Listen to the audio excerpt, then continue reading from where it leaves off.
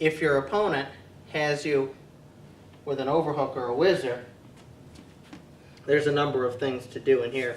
But one way of getting out of this position is I want to control the wrist. Sometimes, too, if you can control the hip, that's important. But for now, what we're going to do, Colby's got a good grip on me here. I'm going to control the wrist. Then what I'm going to do is, from this underhook position, I'm going to bump him to get a little bit of space. So I've got to have kind of a ballistic movement where I'm going to pop into him, get a little bit of space, and I'm going to windmill my arm out, tug on his arm, come behind for a 2-on-1. Colby has me in an overhook or a whizzer type position here. We're fighting. Of course, I want to do my best to keep my head on the inside as opposed to Colby having his head on the inside position. So I'm going to start with my head, if I can, at the shoulder, and I slide it up. Colby still has fairly favorable position here. I need to grab his wrist to secure it. Then what I'm going to do is I'm going to bump into him. And I bump into him because if I don't bump into him, and this is tight here to his body, it may get stuck on the way out. Alternatively, if I give him a pop, he's probably going to push back as soon as he can, but if I can catch it such that I can push him out and at the same time then get the space before he can respond, that'll give me an opening and an opportunity to windmill my arm out around to the 2-on-1. Colby here has an overhook. I want to keep my head position good. I'm going to pop him. I can pop him kind of with my hips or my body. And I want to, again, just give a little bit of space. And what I'm trying to do is pop him out so that at that same time I can retreat with the opening and come through. I'm pushing in. I'm going to pop him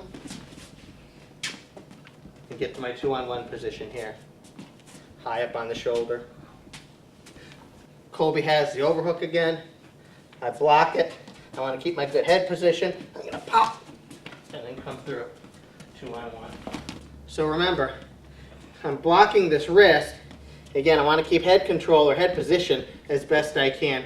And my goal is, as I pop Colby in this direction, for me to be pulling in the opposite direction, and that's what's going to create the space. If I just push into him and try to take this out, that ain't going to work. At the same time, if he's just pressuring into me, and I don't do much to him to get space, I'm going to get stuck. And if I'm retreating, I'm still probably going to get stuck.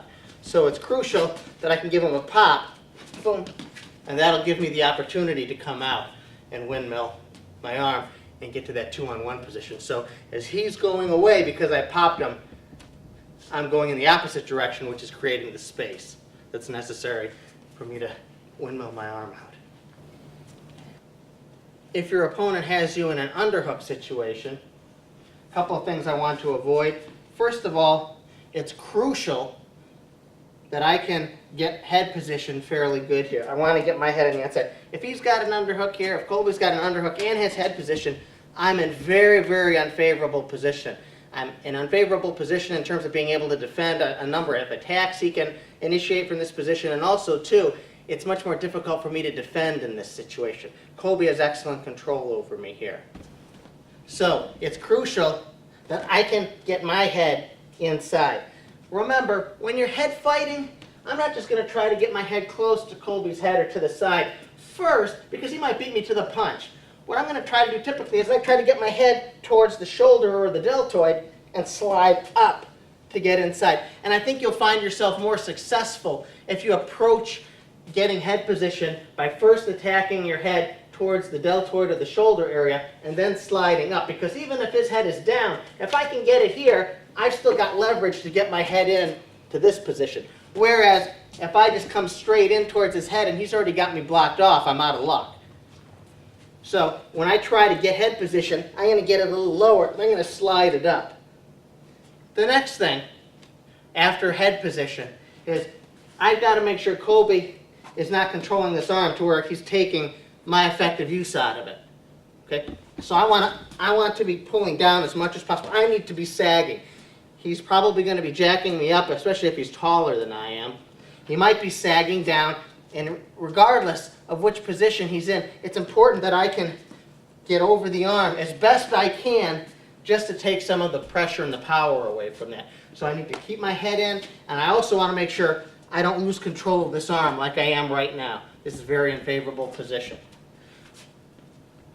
After my head position and my arm position is improved, what I want to do is I want to be able to slide slightly down Colby's arm here.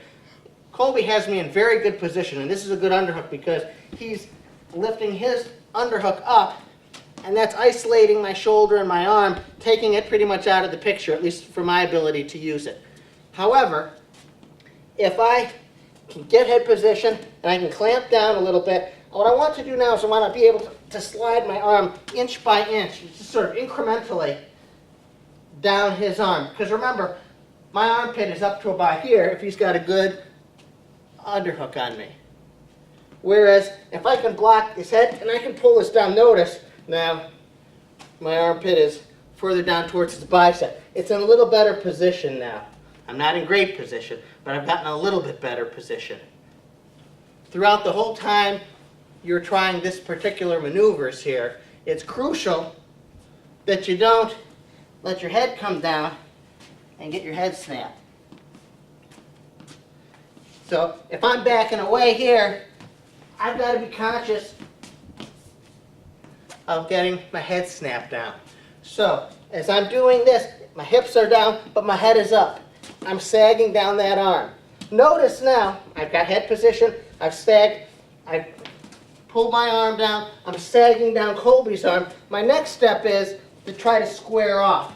Remember, Colby's good underhook here gives him tremendous advantage because his body is facing my body, but my body isn't facing his right now. So his attacks can come into me from good position and from his direction as he's facing me, so he has much mechanical advantage.